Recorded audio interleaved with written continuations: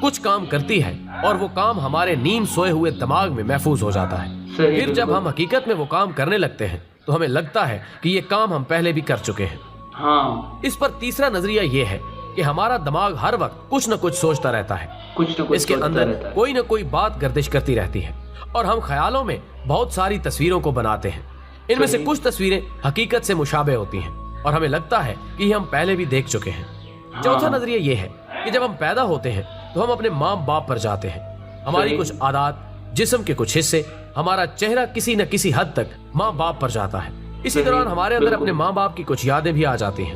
تو جب ہمارے ساتھ حقیقت میں کچھ ایسا ہوتا ہے جو ہمارے ماں باپ کے ساتھ ہو چکا تو ہمیں وہ اس طرح لگتا ہے کہ یہ ہم پہلے بھی کر چکے ہیں. دیجا وو کا پانچواں بڑا نظریہ یہ ہے کہ انسان کے دماغ کے اندر ایک شریان ہوتی ہے جس کے دبنے سے ہمارے دماغ کو ایسا لگتا ہے کہ یہ کام پہلے بھی کر چکے ہیں، اس جگہ پر ہم پہلے بھی آ چکے ہیں. جب بھی ہمارے دماغ کی وہ شریان دب جاتی ہے یا کھنچ جاتی ہے تو ہمیں ایسا ہی محسوس ہوتا ہے. دوستو، بابائے نفسیات فرائیڈ کے نزدیک دیجا وو کئی وجوہات سے پیش آتا ہے، جن میں سب سے قابل ذکر وجہ یہ ہے کہ آپ نے کبھی کوئی خواب دیکھا ہوتا ہے جس کی جزیات آپ کے لاشعور میں محفوظ ہے، لیکن آپ کو کبھی بھی یاد نہیں تھا کہ آپ نے ایسا کوئی خواب دیکھا تھا. اس خواب کے بعض اجزاء جب حقیقی زندگی میں اچانک کسی شے یا واقعے یا کیفیت سے ملتے جلتے محسوس ہوتے ہیں تو ہمیں ایسا احساس ہوتا ہے جیسے ہم نے یہ پہلے بھی دیکھا ہوا ہے.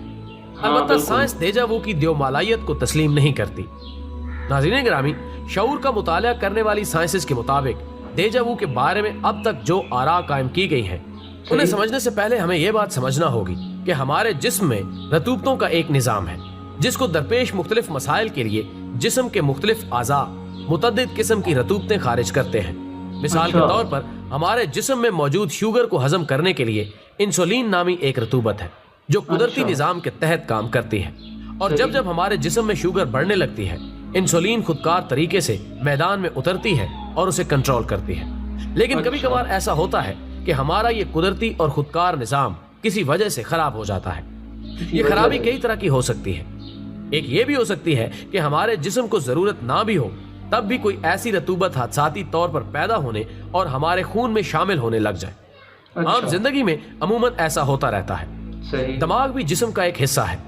جب ہم کسی پرانے شناسا سے ملتے ہیں تو تھوڑی دیر کے لیے چونکتے ہیں، اسے پہچاننے کی ایک دو لمحے کی کوشش کرتے ہیں اور پھر اچانک ہی ہمیں یاد آ جاتا ہے کہ وہ کون ہے.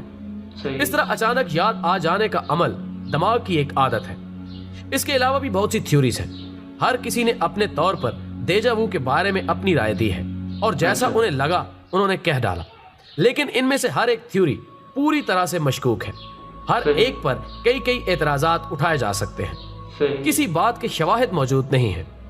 دیجا وو کا تجربہ آج بھی ایک راز ہے. یہ بھی کہا جاتا ہے کہ ہم جب بھی کسی واقعے سے دوچار ہونے لگتے ہیں تو کبھی کبھار یوں ہوتا ہے کہ اس واقعے کا ایک آدھ اگلا لمحہ ہم پہلے دیکھ لیتے ہیں اور پھر ساتھ ہی جب ہم اس واقعے میں داخل ہوتے ہیں تو ہمیں محسوس ہوتا ہے کہ یہ واقعہ ہمارے ساتھ پہلے بھی پیش آ چکا ہے. نظریہ اضافیت کی دریافت سے پہلے آئنسٹائن کے ذہن میں جو سوالات سر اٹھایا کرتے تھے ان میں ایک یہ بھی تھا کہ اگر روشنی کی رفتار کسی حرکت کرتے ہوئے آبجیکٹ کی رفتار میں جمع کی جا سکتی ہوتی تو واقعات اپنے ظہور پذیر ہونے سے پہلے ہمیں نظر آ جاتے. کارل ساگان نے آئنسٹائن کے اس سوال کا ذکر کرتے وقت اس کی ایک مثال بھی لکھی ہے. اگر ایک گدھا گاڑی ایک طرف سے آ رہی ہو اور ایک سائیکل سوار دوسری طرف سے اور وہ دونوں چوک کے درمیان پہنچ کر آپس میں ٹکرا جائیں تو کیا ہمارے لیے وہ حادثہ چند لمحے پہلے پیش آئے گا اور سائیکل سوار اور گدھا گاڑی والے کے لیے چند لمحے بعد میں پیش آئے گا؟ کیونکہ ہم تک روشنی کی جو شعاع اس واقعے کے ہونے کی خبر لا رہی ہے اس شعاع کی رفتار میں گدھا گاڑی اور سائیکل کی رفتار بھی جمع کی جائے تو حادثہ ہونے کی خبر ہمیں حادثہ ہونے سے پہلے مل جانی چاہیے. یہ تو آئنسٹائن کا ایک بچگانہ سوال تھا جس کا جواب بعد میں اسے مل گیا کہ دراصل روشنی کی رفتار کو کسی اور شے کی رفتار میں جمع ہی نہیں کیا جا سکتا. روشنی کی رفتار سے وقتی طور پر تیز فرض کر لیا جائے تب بھی تو ایسا ہی ہوگا کہ واقعات اپنے ہونے سے پہلے نظر آنے لگیں گے. ہم چونکہ جانتے ہیں کہ ایسا نہیں ہوتا چنانچہ یہ خیال مکمل طور پر غلط ہے. نفسیات کے کچھ ماہرین کا کہنا ہے کہ یہ کوئی پرانی یاداشت نہیں ہوتی اور نہ ہی اچھا پچھلے جنم کی کوئی باز گشت، بلکہ یہ وہ واقعہ اپنے پیش آنے سے صرف ایک لمحہ پہلے اپنے نزدیکی امکان کی ایک جھلک دکھاتا ہے، تو اگلے لمحے اس واقعے میں داخل ہوتے ہی ہمیں یوں لگتا ہے کہ یہ تو ہماری یاداشت میں پہلے سے ہی موجود ہے۔ پہلے سے میری سمجھ کے مطابق دیجا وو قدرت کا وہ سربستہ راز ہے جس راز کی حقیقت تک پہنچنے میں ابھی مزید وقت درکار ہے، اور جس دن اس راز سے پردہ ہٹا کائنات ایک نئے رنگ میں ہمارے سامنے ہوگی۔ بالکل۔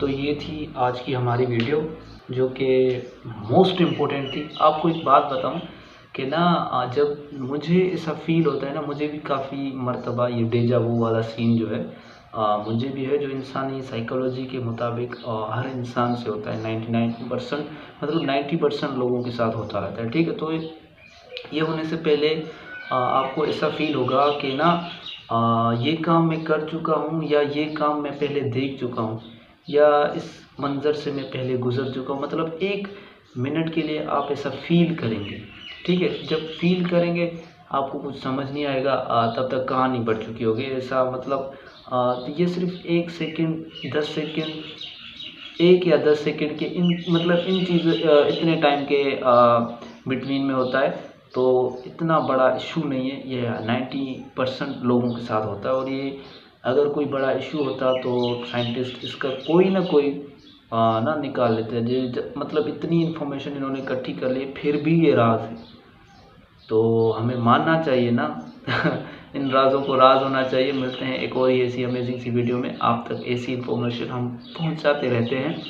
چینل کو لائک سبسکرائب لازمی کرے گا، اپنی کمنٹ میں رائے اپنی لازمی دیے گا، تاکہ ہم آگے والی ویڈیوز آپ کے لیے آسانی تک پہنچا سکیں اور آپ کی پسند کی ویڈیوز آپ تک لا سکیں۔